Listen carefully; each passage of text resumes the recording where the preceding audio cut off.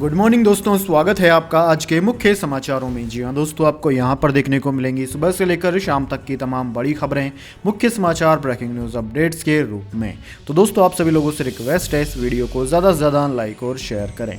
तो चलिए दोस्तों, जान लेते हैं आज की पहली बड़ी खबर। एक्सपर्ट्स बोले जोशीमठ को धंसने से कोई नहीं बचा सकता, सुरंग की वजह से रोज 6 करोड़ लीटर पानी बहा, खोखला हो गया पहाड़। जी हाँ दोस्तों, ये किस्सा उत्तराखंड में गढ़वाल के ऊंचे पहाड़ों के भीतर का है। तारीख थी 24 दिसंबर 2009। बड़े बड़े शहरों की धरती के नीचे मेट्रो ट्रेन के लिए चुपचाप सुरंग खोद देने वाली एक बड़ी टनल बोरिंग मशीन अचानक फंस गई। सामने से हजारों लीटर साफ पानी बहने लगा। महीनों बीत गए, लेकिन काबिल से काबिल इंजीनियर न इस पानी को रोक सके और न ही टीबीएम चालू हुई। दरअसल इंसानों की बनाई इस मशीन ने प्रकृति के बनाए एक बड़े जल भंडार में छेद कर दिया था। लंबे समय तक 6 से 7 करोड़ लीटर पानी बहता रहता है। धीरे धीरे ये जल भंडार खाली हो गया। यह जल भंडार जोशीमठ के ऊपर पास ही बहने वाली अलकनंदा नदी के बाएं किनारे पर खड़े पहाड़ से 3 किलोमीटर अंदर था। हिंदुओं और सिखों के पवित्र तीर्थ बद्रीनाथ और हेमकुंड साहिब का गेटवे कहा जाने वाला ये वही जोशीमठ है जिसके धंसने की खबरें इन दिनों में सुर्खियों में है। दोस्तों, इस नगर के 603 मकानों में दरारें पड़ चुकी है। 70 परिवारों को दूसरी जगह भेजा जा चुका है। बाकी लोगों से सरकारी राहत शिविरों में जाने को कहा गया है। दोस्तों, जोशीमठ वाले जल भंडार के खाली होने से इलाके के कई छोटे छोटे झरने और पानी के स्रोत सूख गए। एक्सपर्ट्स का कहना है कि बिना पानी जोशीमठ के नीचे की जमीन भी सूख गई। इसी वजह से दरकते हुए पहाड़ से मलबे पर बसा जोशीमठ धंस रहा है। उनका दावा है कि अब इस नगर को तबाह होने से बचाना मुश्किल है। इसके बाद दोस्तों, अगली बड़ी खबर। गो फर्स्ट एयरवेज को डीजीसीए ने भेजा नोटिस। 50 यात्रियों को बस में ही छोड़कर उड़ गई थी फ्लाइट। जी हां दोस्तों, 50 यात्रियों को एयरपोर्ट के टरमैक पर ही छोड़कर उड़ान भरने के मामले में डीजीसीए ने गो फर्स्ट एयरवेज को नोटिस जारी किया है। नियामक ने एयरलाइन से पूरे मामले पर रिपोर्ट देने के लिए कहा है। डीजीसीए की तरफ से कहा गया है कि उसकी तरफ से मामले को देखा जा रहा है। दोस्तों, आपकी जानकारी के लिए बता दें कि कई यात्रियों के द्वारा ट्विटर पर इस मामले की शिकायत की गई थी। गो फर्स्ट एयरलाइन नागरिक उड्डयन मंत्री ज्योतिरादित्य सिंधिया और प्रधानमंत्री नरेंद्र मोदी के कार्यालय को टैग करते हुए ट्विटर पर की गई शिकायतों के अनुसार बेंगलुरु से दिल्ली जाने वाली फ्लाइट G8116 ने सुबह करीब 6:30 बजे उड़ान भरी, जिसने 50 से अधिक यात्रियों को छोड़ दिया। इधर गो फर्स्ट एयरवेज ने 3 ट्वीट्स का जवाब देते हुए उपयोगकर्ताओं से अपने ट्रेवल डिटेल साझा करने का आग्रह किया और कहा कि हमें हुई असुविधा के लिए खेद है। घटना के बाद यात्रियों को एक उड़ान में समायोजित किया गया था जो 4 घंटे बाद सुबह 10 बजे के आसपास गंतव्य के लिए रवाना हुई थी। डीजीसीए के एक अधिकारी के हवाले से रिपोर्ट में कहा गया है कि हमने एयरलाइन से एक रिपोर्ट मांगी और उचित कार्यवाही की जाएगी। इसके बाद दोस्तों, अगली बड़ी खबर। बिहार में हो रही जातीय जनगणना के खिलाफ सुप्रीम कोर्ट में याचिका की गई दाखिल। जी हां दोस्तों, बिहार में हो रही जातीय जनगणना के खिलाफ सुप्रीम कोर्ट में याचिका दाखिल की गई है। याचिका में कहा गया है कि जनगणना अधिनियम के तहत राज्य सरकार को जनगणना का अधिकार ही नहीं है। यह प्रक्रिया सर्वदलीय बैठक में हुए निर्णय के आधार पर शुरू की गई। बिना विधानसभा के कानून पास किए इसे करवाया जा रहा है। इसे रद्द किया जाए। बिहार में महागठबंधन सरकार ने शनिवार को जातियों का सर्वेक्षण शुरू किया था। मुख्यमंत्री नीतीश कुमार ने कहा कि यह कवायद समाज के सभी वर्गों के उत्थान के लिए मददगार साबित होगी। इसी के खिलाफ सुप्रीम कोर्ट में याचिका दाखिल की गई है। इसके बाद दोस्तों, अगली बड़ी खबर। बेंगलुरु में मेट्रो का पिल्लर गिरा, मां बेटे की हुई मौत, महिला का पति बेटी गंभीर। विपक्ष बोला 40% कमीशन वाली सरकार इसके लिए है जिम्मेदार। जी हां दोस्तों, बेंगलुरु के नागवारा में मंगलवार को अंडर कंस्ट्रक्शन मेट्रो पिल्लर गिरने से एक महिला और उसके 2.5 साल के बेटे की मौत हो गई। महिला का पति और एक बेटी गंभीर रूप से घायल हैं। उन्हें अस्पताल में भर्ती कराया गया है। महिला का परिवार बाइक से जा रहा था, तभी पिल्लर उनके ऊपर गिर गया। महिला के जुड़वा बच्चों में से एक बेटे की जान चली गई, जबकि बेटी गंभीर है। घटना के बाद इस पर सियासत भी शुरू हो गई है। कर्नाटक कांग्रेस अध्यक्ष DK शिव कुमार ने कहा है कि यह हादसा 40% कमीशन वाली सरकार के कामकाज का नतीजा है। इसी वजह से किसी काम में क्वालिटी नहीं बची है। वहीं मुख्यमंत्री बसवराज बोम्मई ने घटना की जांच के आदेश दिए हैं। दोस्तों, बेंगलुरु मेट्रो के डीएम ने पीड़ित परिवार को 20 लाख रुपए मुआवजा देने का ऐलान किया। पुलिस के मुताबिक घटना HBR लेट आउट के पास काउंटर रिंग रोड पर सुबह करीब 11 बजे हुई। इसके बाद दोस्तों अगली बड़ी खबर, तमिलनाडु में गवर्नर गेट आउट के पोस्टर्स, राजभवन के पोंगल इनविटेशन में खुद को तमीज गम का राज्यपाल लिखा, तमिलनाडु का नहीं।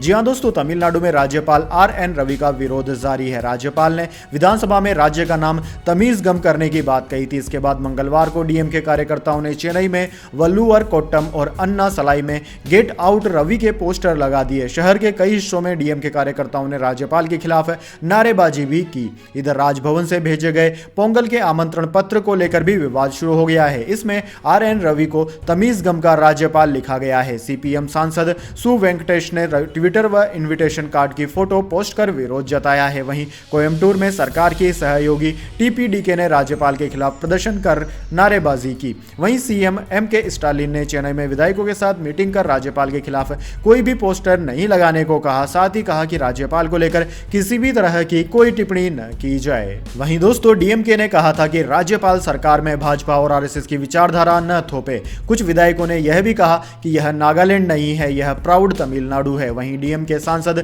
TR बालू ने कहा था कि राज्यपाल रवि को भाजपा के दूसरे प्रदेश अध्यक्ष के रूप में कार्य करना बंद कर देना चाहिए।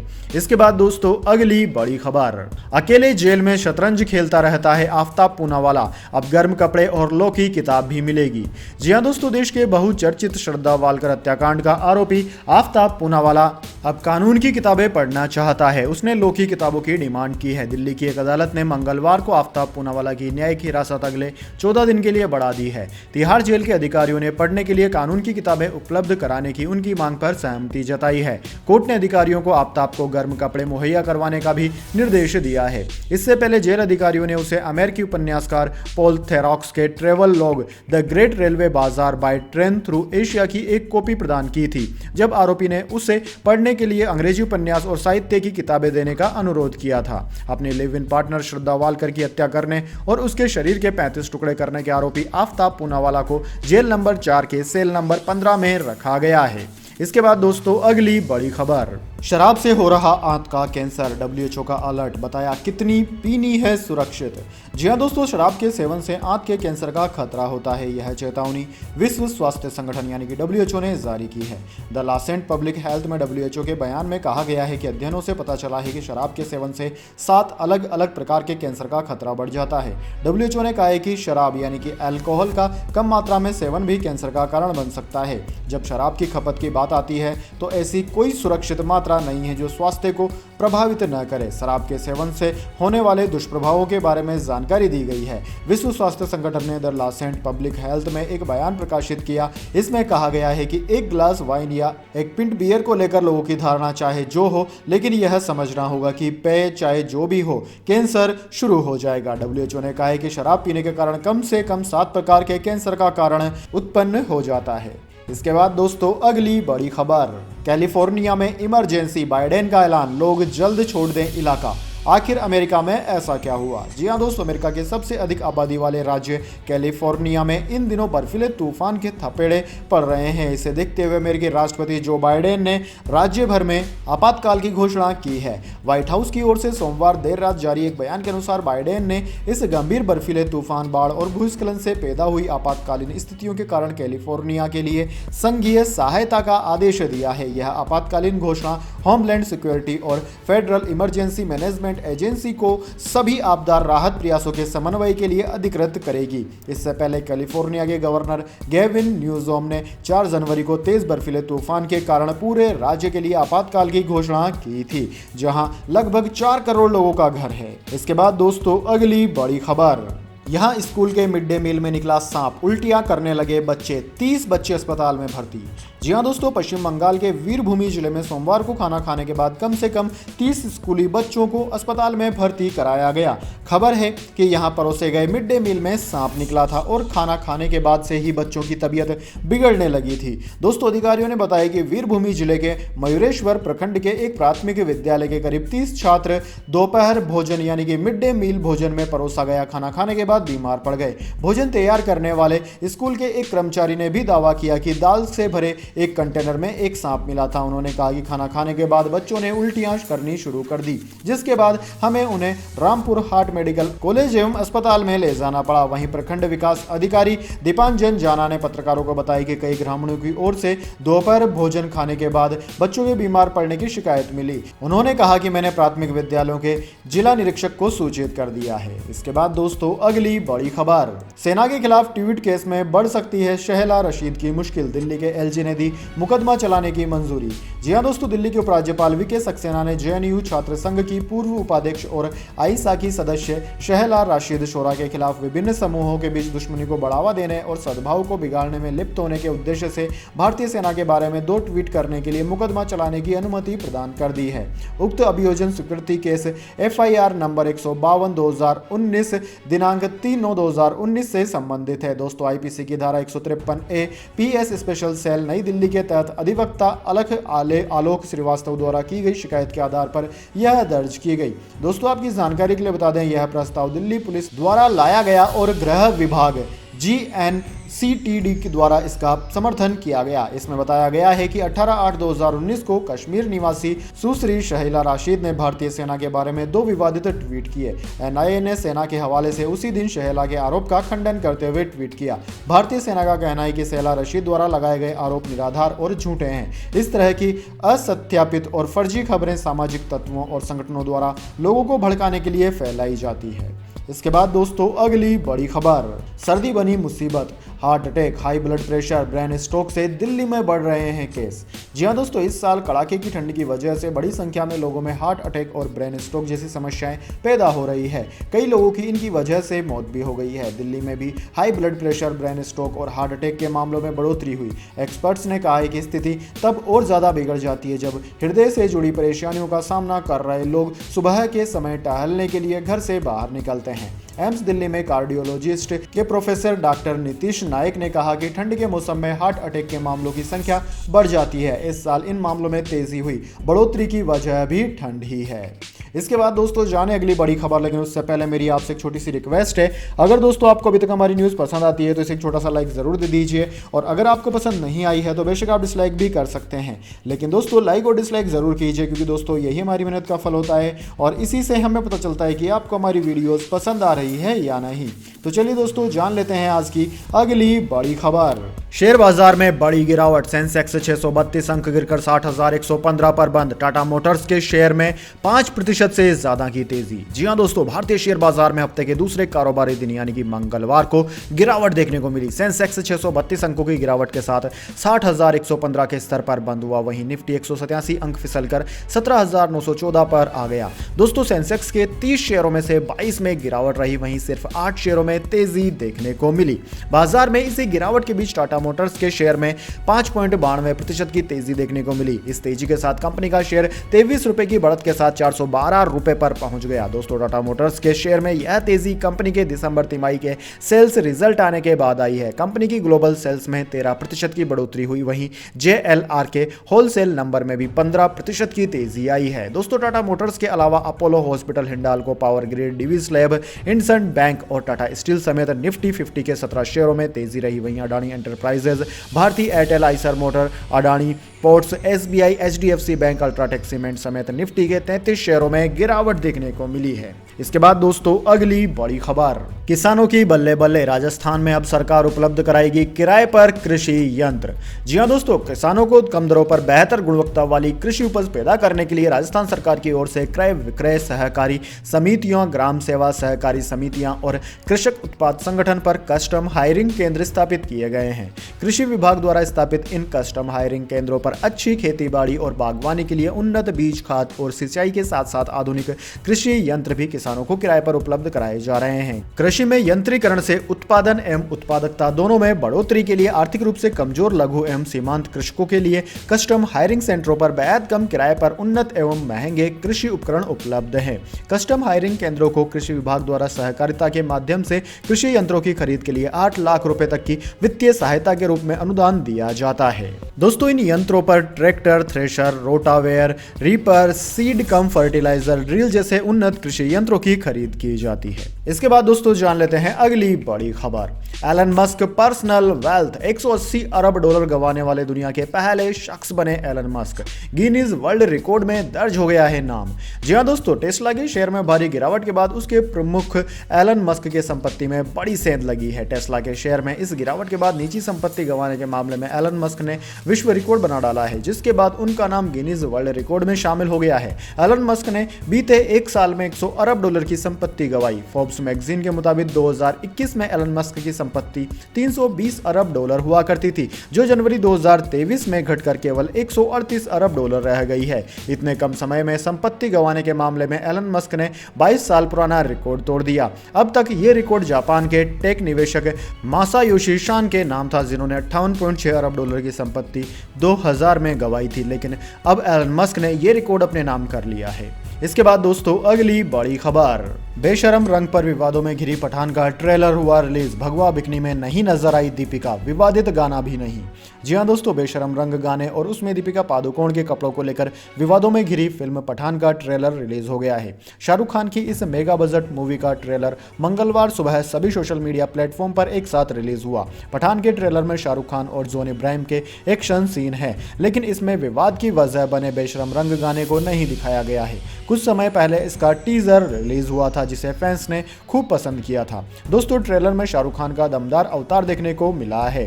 फिल्म में वो एक सोल्जर बने हैं जो आतंकी ग्रुप के हमले से देश को बचाएगा। जॉन इब्राहिम विलेन के रोल में हैं जो भारत पर अटैक करने की प्लानिंग करते हैं। इस लड़ाई में किंग खान को दीपिका पादुकोण का साथ मिलता है। ट्रेलर देखने के बाद फैंस शाहरुख खान के डायलॉग को खूब पसंद कर रहे हैं।